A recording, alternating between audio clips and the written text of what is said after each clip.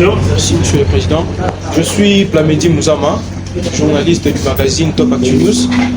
Alors, Top News. Top Actu News. Top Actu News. Voilà.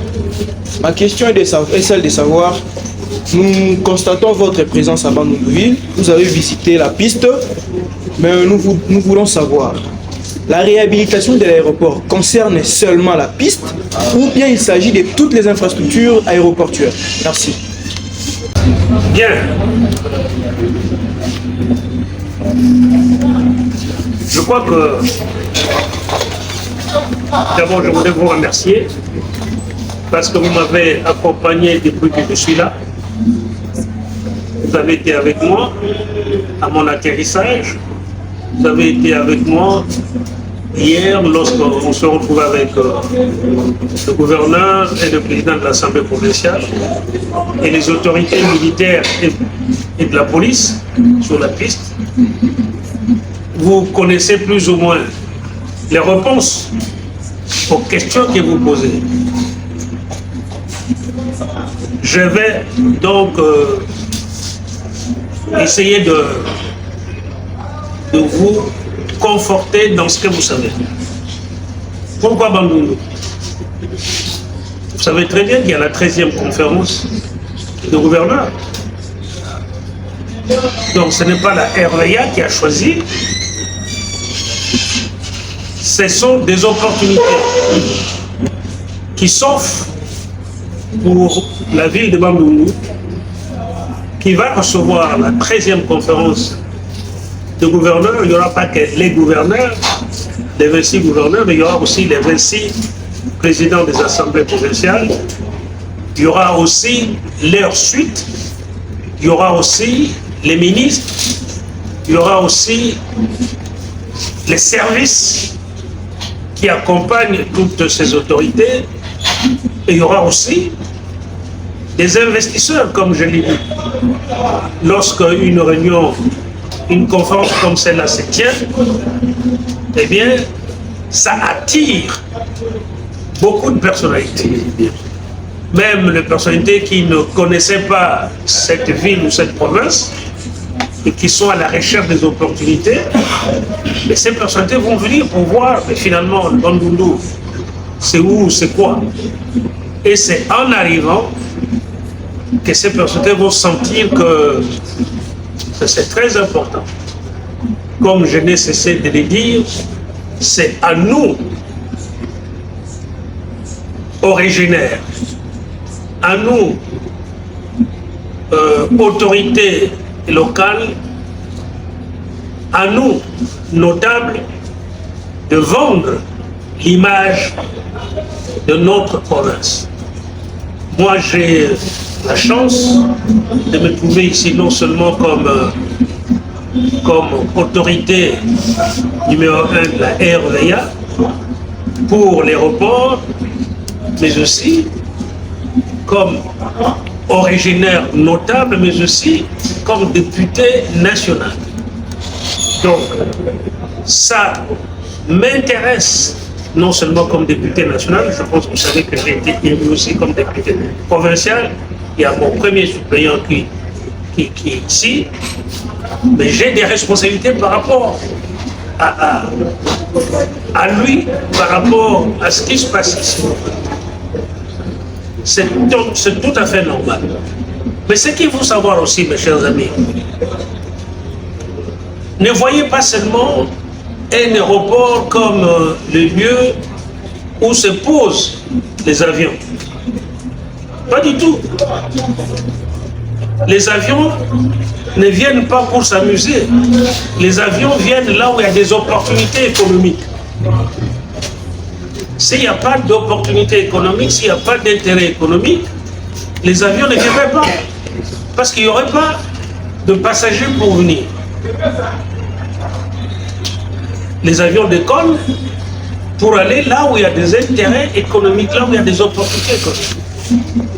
Et donc, à nouveau, c'est aux autorités locales de vendre l'image de la province du Congo. Il y a aujourd'hui quelques 3 ou 4 compagnies qui atterrissent ici. et des compagnies qui parfois desservaient l'Est et qui viennent à Bandundu-Ville. J'ai entendu qu'il y avait par exemple Gomer qui allait atterrir aujourd'hui et qui allait, peut-être que l'avion atterrit et qui allait passer la nuit ici. Ce n'est pas un hasard. Ce n'est pas un hasard. Ceux qui s'imaginent que le Bandundu, le Kouilou, pardonnez-moi, Bandundu, l'espace Grand Bandundu, le Kouilou est une province pauvre, se trompe. Je n'ai jamais entendu quelqu'un dire que le Kouilou était une province pauvre. Vous savez très bien que le Kouilou est la province qui nourrit la grande ville de Kinshasa. Le fait de nourrir la grande ville de Kinshasa, c'est une province de grande opportunité. Qu'est-ce que les autorités locales, qu'est-ce que les notables locaux font pour faire valoir l'aéroport de Bassoko de Bandundu? Qu'est-ce qu'elles font? Moi, je pense que vous devriez, vous, en tant que médias, devriez interpeller les notables, les autorités locales. Par exemple, que les autorités locales organisent une grande conférence économique pour vendre l'image de marque de Kouilou. Si on est là seulement pour attendre que le ministre des Finances à Kinshasa vous envoie, je ne sais pas quoi ici, pour que vous puissiez fonctionner, et vous devriez pouvoir faire fonctionner les cerveaux pour mettre en valeur et donc vendre la province. Donc nous sommes une province de grandes opportunités, nous ne sommes pas une province pauvre. Et la piste qui est ici ne devrait pas être un éléphant blanc, au contraire. Justement, sa mise en valeur va permettre aux avions de devenir plus nombreux et aux investisseurs de devenir plus nombreux. Voilà ce que je voulais. Je veux dire quand vous dites Bandundu, tout ça là. Alors, quels sont les défis? Bon, vous savez très bien que le premier défi, c'est que l'aéroport est en plein centre-ville. On n'a jamais vu nulle part un aéroport en plein centre-ville. Vous connaissez l'histoire de ce qui s'est passé à Kinshasa. Alors, donc, quand des maisons entourent l'aéroport, il y a des problèmes de sécurité, de sûreté qui se posent. Donc, j'ai compris que l'aéroport va être délocalisé. Je devrais hier faire un tour pour aller voir la piste en question, la nouvelle, le projet de cette piste, mais j'ai compris que ce projet aurait été validé. Mais je n'ai pas encore reçu de documents sur ma table. Et j'ai parlé tout à l'heure avec le directeur général de la RVA à l'intérim. Il ne m'a pas confirmé ça. Donc, et même si l'aéroport doit être délocalisé, il nous faut déjà arranger la piste qui est là, qui n'est pas à mesure d'accueillir des avions d'un certain tonnage. On ne sait pas quel type d'avion viendrait, mais il ne faut pas qu'on se contente des avions de brousse. Voilà. Alors, où en sommes-nous? Les difficultés? Bon, hier, vous étiez avec moi, vous avez entendu le représentant de l'Office des routes dire que la caillasse que l'on trouve ici ou que l'on ne trouve pas ici n'est pas celle qui peut permettre de faire l'enrobé. Donc, je ne sais pas comment traduire ça. Comment on traduit? De pouvoir faire le sol, une sorte de macadam entre guillemets. Et d'après ce qu'il a dit, celle qui quitte aussi n'est pas adaptée. Il faut donc faire venir la caillasse de Kinshasa.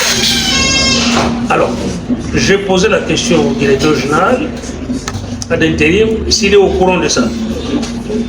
Avant de venir ici, il m'a dit qu'il n'était pas au courant de ça. L'autre problème est que le monsieur de l'office des routes a dit qu'il faut un avenant. C'est-à-dire le contrat qui avait été signé à l'époque avait été, comment dirais-je, ne permet pas qu'on réalise ces travaux et donc ils vont pouvoir revoir à la hausse la note. À nouveau, je pose la question au directeur général, il n'est pas au courant de ça. Moi non plus, je ne suis pas au courant de ça. Alors, le problème de la caillasse, d'après ce qu'on a compris, le chef de l'office des routes s'est rendu à Kinshasa pour essayer de régler ces problèmes. Acheter la caillasse là-bas, la faire venir par des bateaux. Bon, si on a ça la semaine prochaine, il faut imaginer que la remontée ici prendrait 10 jours. Donc on serait dans le délai. Dans le délai, il ne faut pas faire peur aux gens. On a encore 2 mois. On a encore 2 mois. Et faire la piste, s'il faut que le bateau vienne, prenne 10 jours pour arriver ici, je pense que ça ne devrait pas beaucoup inquiéter. Alors, l'autre question c'est digitale. Quelles sont les mesures prises par la RVA et ça pour finaliser, pour, bon, grosso modo, venir en aide à l'office des routes. Je comprends ça comme ça. Mais c'est pas à la RVA de venir en aide à l'office des routes. L'office des routes, c'est un service de l'État. L'office des routes signe un contrat avec la RVA. La RVA est une société commerciale. Elle signe un contrat en fonction de ce qu'elle pense qu'elle peut engager l'entreprise. Maintenant, si l'entreprise estime qu'il faut plus, c'est à elle de présenter la nouvelle note. Je vous dis que je ne suis pas au courant, que je viens de parler il n'y a même pas 10 minutes avec le directeur général qui n'est pas au courant. Donc nous attendons de recevoir ça. Il est clair que si l'office des routes, comment dirais-je, articule mieux, articule sa demande d'augmenter la facture, bon, on avisera, on est là pour comprendre et travailler avec un service de l'État qu'est l'office des routes. Donc le problème ne devrait pas se poser. Alors, monsieur Le Top, Actu News, c'était quoi la réhabilitation? Si la réhabilitation concerne seulement la piste, c'est ça? Oui. Mais à nouveau, on en parle depuis avant-hier. Le problème, c'est hiérarchiser les urgences. Et dites-vous aussi que si le projet de délocalisation de l'aéroport est toujours en place, est-ce qu'il faut construire une aérogare? Non. Non. Donc, si le projet est toujours en place, ce qu'on va faire, c'est au moins faire face à l'urgence, réaménager la piste pour que celle-ci puisse recevoir correctement les avions. Les avions dont on ne connaît pas les types. Mais je ne pense pas que ce sera des avions de brousse. je ne pense pas que le président de la République puisse atterrir ici à bord d'un avion de bourse. Donc, ça sera un avion à réacteur avec une forte capacité. Et donc, du coup, il faut savoir, par exemple, quelle dimension la piste doit avoir. En Nolo, on avait déjà fait un travail comme ça. Malheureusement, à l'époque, c'est quand on était aussi dans les urgences, quand le pape devrait venir et qu'on devrait organiser cet événement-là. Malheureusement, on a fait faire, par inattention, par inadvertance, une piste à 5 cm. D'après ce que j'ai compris, en tout cas c'est ce que l'office de route m'a dit, qu'ici c'est 7 cm. Bon, est-ce que 7 cm, ça recevrait quel type d'avion? Quelle est la longueur de la piste? Est-ce que ça peut recevoir par exemple un Boeing pardon 737? Est-ce que ça peut atterrir sur 5 cm? Voilà. Le commandant me dit que ça peut recevoir un Boeing 737. Mais aujourd'hui, le Boeing 737 ne peut pas atterrir ici. D'ailleurs, même un véhicule sur cette piste-là, vous allez bien danser à bord. Et les avions, quand ils atterrissent, bon, ça fait danser les passagers. C'est pas normal. C'est inacceptable, ça. Ça ne correspond pas aux normes de l'OCI. Voilà donc, chers amis, ce que j'avais à vous dire. Vraiment. Il y a encore des questions? J'avais dit que c'était... Il a parlé de 30 minutes. 30 minutes. Nous sommes à la 16e minute. S'il vous plaît. Allez seulement compléter. Important à la direction générale parce que nous devons avoir notre groupe. C'est pour le moment que je vous parle, il y a le groupe qui fonctionne à l'aéroport. De ce côté-là, nous sommes un peu organisés. Voilà. Donc, il existe un groupe de plus grande importance, c'est ça? Voilà. Et ça, c'est pas un problème. Juste un groupe de 400 KVA, ça ne coûte pas une fortune.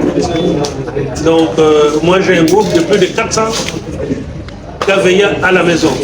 Quand il s'agit d'un aéroport, ça ne poserait absolument pas de problème. C'est à lui, comment dirais-je, à nous contacter, à contacter ses chefs directs pour ça. Mais que je sache, les avions n'atterrissent pas à Bandungoville la nuit. Les avions atterrissent le jour. C'est ça? Donc, on n'aurait pas besoin de balisage. Parce que les avions atterrissent toujours le jour. Et la tour de contrôle, elle existe, la tour de contrôle. Et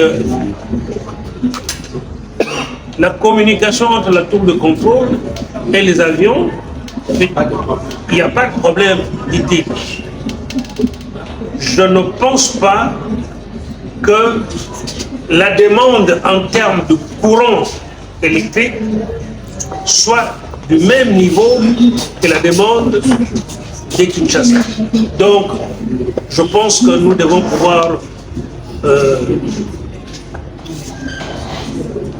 pouvoir nous sentir à l'aise sur cette question. Alors, l'autre question là était... Pardon? La durée des travaux. Et les coûts. Pardon, La durée des travaux et les travaux. Mais à nouveau, je ne peux pas vous le dire. Moi, je ne suis pas celui qui exécute les travaux. Non, je ne suis pas celui qui exécute les travaux. Moi, je suis celui qui a passé le contrat. J'ai passé le contrat et c'est à l'entreprise qui exécute les travaux de répondre à cette question-là.